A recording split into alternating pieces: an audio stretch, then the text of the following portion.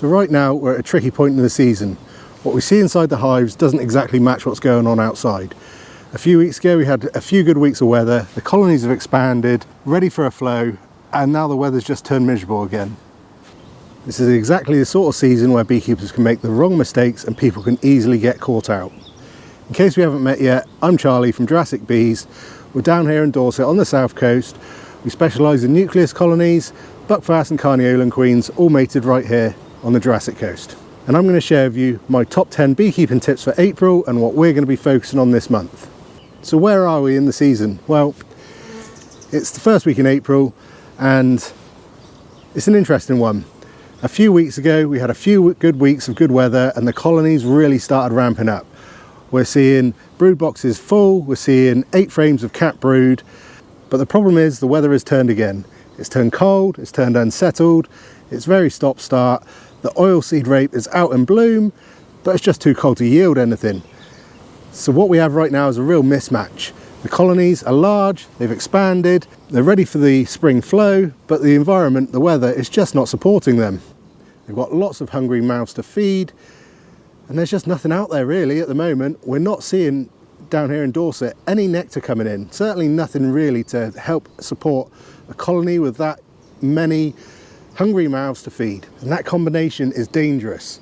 It's where people can go wrong quite easily. Loads of hungry mouths, not enough nectar, so what do?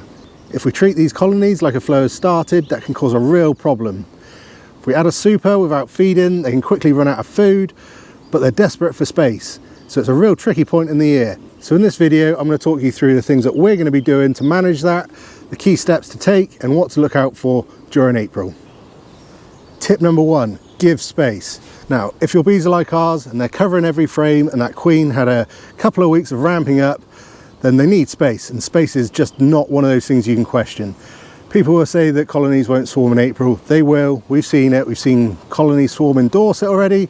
We've seen them up in Manchester. So space is needed. Now, it's very easy to open up a box of bees and see that they're covering every frame. Now, in a normal year, when those bees start covering 8 or 9 frames in your brood box, then definitely that is the time to be adding a super. But this year it just feels different. It doesn't feel like there's enough nectar coming in to support them. They're going to need feeding, and you can't feed with supers on. So here's what we're doing. So we've added a fresh brood box on every colony full of fresh foundation. We've then fed with 1-to-1 syrup, and the bees will move up and draw out all of that lovely fresh foundation into wax comb. So that gives them everything they need. We're feeding them and they've got space. The queen can continue to build up her brood, and the colony have got all of that space, so they're not worried about swarming. That's perfect conditions. And from there we create 3 options. We can leave them on double brood, we can take splits from the extra brood that we've created, or pop a queen excluder in, put the queen up in the fresh comb, let all of the brood emerge from that old dirty comb in the bottom, and then simply just replace it. It hasn't cost you anything, you haven't lost any brood, it's not like a shook swarm, it's not really disruptive. The bees have still built up. It's just a really good way of using this time at the moment where the bees are a little bit stuck, they've got nothing to do, they've run out of space, they've run out of food. Use it as something productive. Bees love nothing more than having food, having space, and having wax to build out. That's what they're built for. That's what they should be doing. So that's what we've been doing this month, and it's working out really well so far. Tip number 2, check in food. Now right now, the biggest risk isn't swarming, it's starvation. Colonies have built really large brood nests, they're consuming stores, and there's just no nectar coming in. So it's really important to check for stores. This time of year, we're starting to do our inspections rather than just hefting, and that can really tell you a lot about the colony. From the outside, everything looks fine. The bees are flying, there's plenty of pollen about. So you're seeing loads of bees coming back in with big bundles of pollen, and it's easy to think that everything's okay. And unless you actually go inside, or you're really good at hefting, then it's easy to misjudge whether there's actually food available. So the real easy thing to do is to do a quick inspection. If you don't want to go through the whole brood nest, and just check the outside frames, just check to see what stores they've got available. Remember, you can't feed with supers on, but you can feed with a brood box on.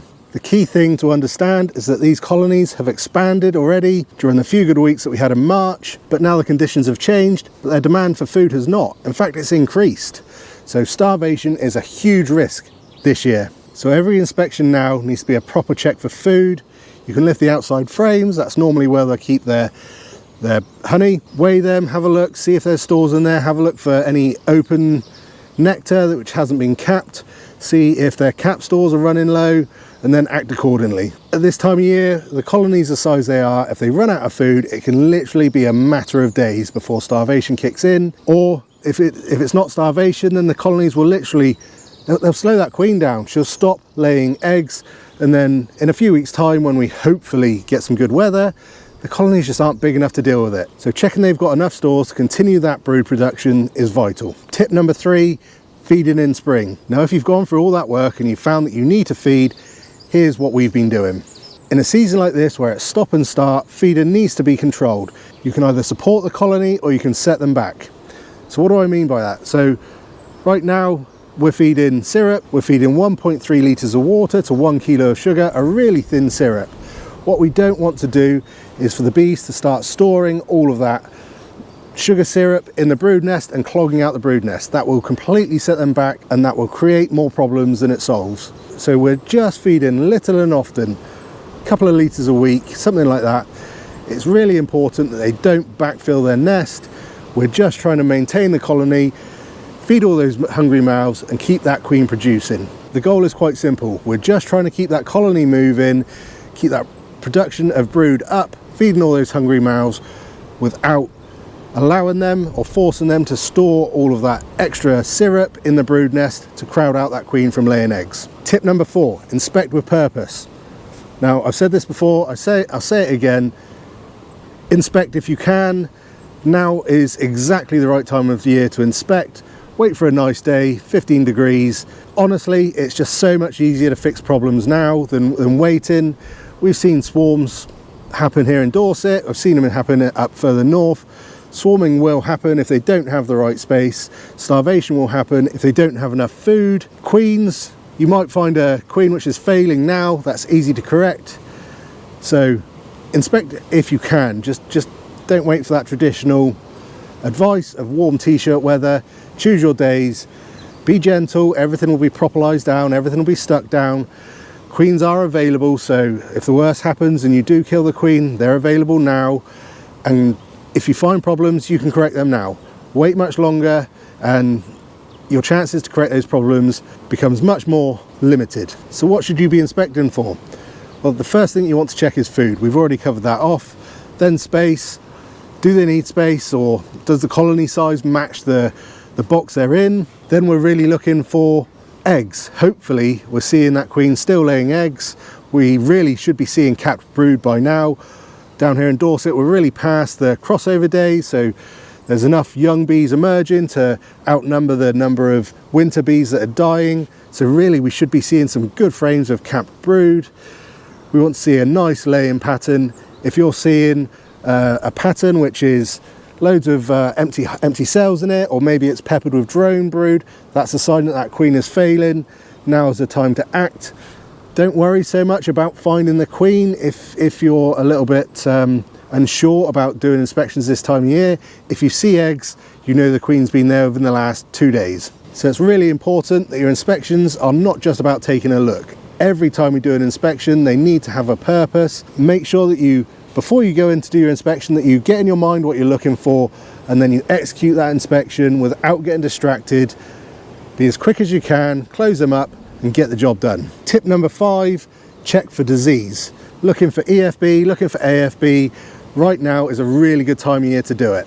So just remember, American foul brood is a disease which affects capped over brood. So what you want to see is nice biscuity coloured capped brood. If you're seeing dark, slimy, sunken capped brood, that can be a sign of American foul brood. European foul brood is a brood disorder of larvae. So what you want to see is bright, white and curly larvae. And by that I mean a nice type C-shaped larvae, which is bright and white. If you're seeing anything which is twisted, yellowed, then that can be a sign of European foul brood. Remember, if you see anything you're unsure of, just ring the bee inspectors and they'll come out and take a look. The main thing really is to recognize what healthy looks like, and then when you do your inspections, look for anything which looks unusual. Don't worry about trying to identify what that disease is. Just recognize when there's a problem and take the steps to call the bee inspectors, and they'll come out and they'll go through your colonies and they'll advise you what to do. Tip number 6, plan swarming control now. Swarming does not start when you see queen cells, it starts weeks before. And it's important to be prepared for it. If you're not prepared for it, in a couple of weeks, you're going to be behind the ball. Strong colonies, limited space. If this weather perks up and we get improving conditions, that will be the trigger for them to swarm. We're already seeing drones emerge in the colonies, so that gives you an indication of what the bees think, when they think it's going to be ready for swarming season. A few weeks away and we're going to be into the peak of it, but we're already seeing early signs, we've seen early swarms, so be prepared now.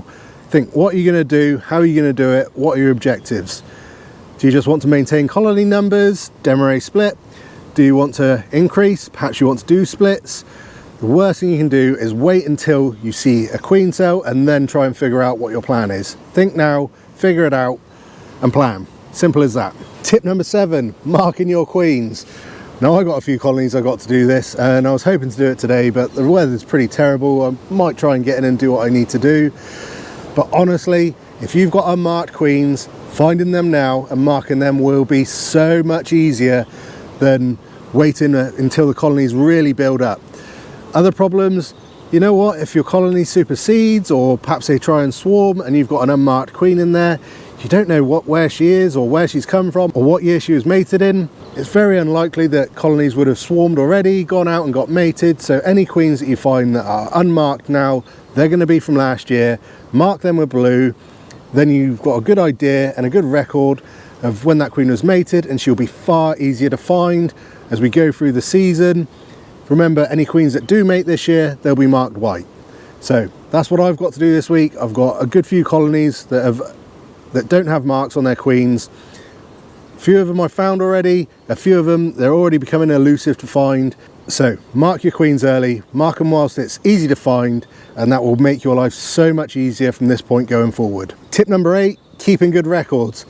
This is what I'm terrible at, absolutely terrible at, but this year I think I've got the solution. I'll share it with you later in the season once I've figured it out. As we move through the season, what you forget will cost you more than what you miss. Colonies develop quickly and it's the little details that matter. So perhaps you want to select a breeder queen, perhaps you want to look for varroa sensitive hygiene. Starting your record keeping now and maintaining that throughout the season is vital for all of those steps. Keeping records really doesn't have to be complicated. Honestly, some of the records I see people keeping are really elaborate, really fancy, and that's fantastic if that's what you want to do. If you've got a few colonies in the end of the garden, then those sort of records, yeah, great, they can make sense. But if you've got a dozen colonies, if you've got tens of colonies, if you've got hundreds of colonies, that level of detail is just too much. Keep it simple. Is the queen laying? How much brood is in there? What's the temperament like? Are you seeing signs for varroa sensitive hygiene? How much food have they got? And what was their winter build up like? They're the things that we record. We don't go any further than that. One of the things we do have to record, which is mandatory, is the treatments you've applied for varroa. But besides that, we try and keep it as simple as possible. Once the season really kicks off, just for me, trying to keep that many records just becomes a nightmare. So keep it simple and just remember what you want to achieve from your record keeping. Tip number 9, assign colony roles. By April, your colonies are really starting to show you what purpose they're going to serve throughout the rest of the year. Not all colonies are treated the same, so you might just want to run colonies for honey. That's simple, that's easy. You might want to have a breeder queen, or you might need a colony for raising queens. They're all different purposes and they'll need different management, and selecting those now and assigning those to their jobs, that's key really. If you think the trajectory that the different colonies are going to take starts now. If we want to start queen rearing in a month's time, that needs a different format than if they want to be honey production colonies. Honey production colonies want supers, queen rearing colonies you want brood. So set them up now. So figure out what you want to achieve with them now and set them up for that. You can't just go in a couple of months time and decide that you want to change them.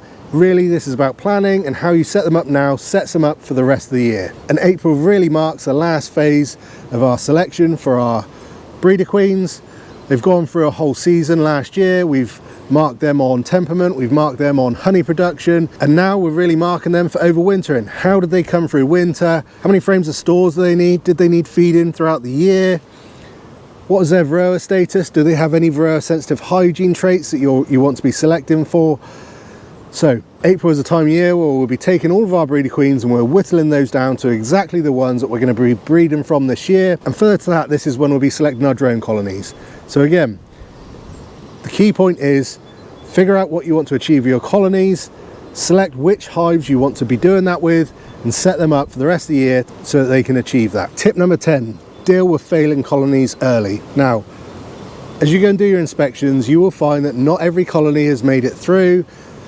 That's great. If they're dead outs, you deal with them, just isolate them, remove them, take them away, start again. But you will find some colonies which are weak and some which just aren't making the grade. Now's the time when you can really deal with them. You'll start to see it in different ways. Some will have slow build up, some will have poor brood patterns, and some will simply have queens that are not performing, or in some cases they're simply not there. You just can't find them and they're not laying eggs. Now each one requires a different method to deal with it. And really that depends on how many other colonies you've got. If you have a queen which is failing but she's still laying up brood, you've still got fresh emerging bees coming through, the best thing to do is just kill that queen, wait 8 days, go back in, knock down all of the queen cells and add a mated queen. It's too early this time of year to be relying on the colonies to get a queen mated. There's drones in the hives, but they're not sexually mature yet, and the weather's just too variable to get reliable mating conditions.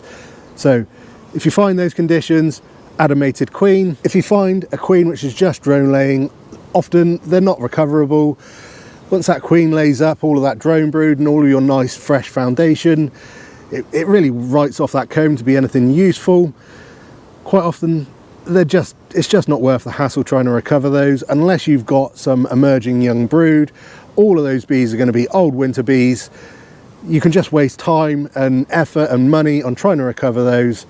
So what we do, we don't waste time with drone layers. We just let the colony dwindle. We close them up before they start getting robbed out to avoid that risk of disease. What you want to avoid is to let failing colonies drag you down. It's too easy to get tied up in trying to recover colonies. If you've got extra colonies, just take a split, put them in a nute box, add a mated queen, and they'll get going far quicker than wasting time and resources trying to recover failing colonies.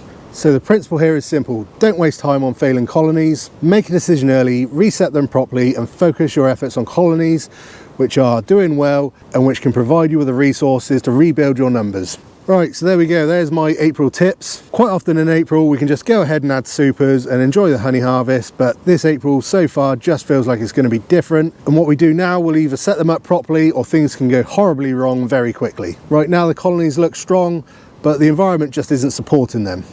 So it's really our job as a beekeeper to make sure that we give them all of the resources they need.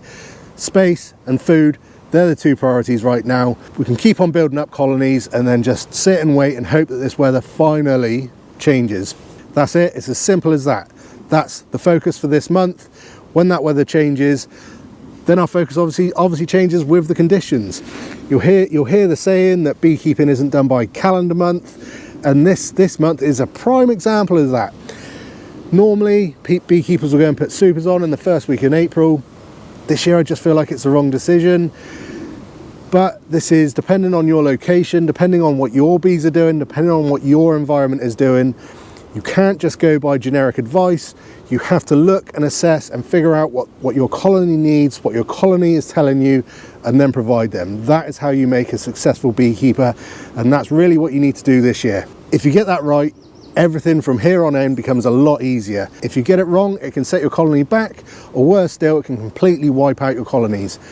So take a look and make a decision based on what you see. Right, so there we go. There's my top 10 tips for April. I was really hoping I was going to come back in April and share with you all of the good things that we can be doing, putting supers on, collecting our spring honey, but right now that's just not the case. I'll let you know when we add our supers on, but at the moment we're adding brood boxes on, we're feeding them, they're building the colonies up, We're going to use them for building out fresh wax so that we can change all of the old comb, and we're going to be making splits to recover winter losses. And then when that weather changes, we'll add our supers on, and we've got nice strong colonies which are full of the right age bees. Right, if you enjoyed that, and tune in next month when we'll be into May, and hopefully we'll be into some better weather.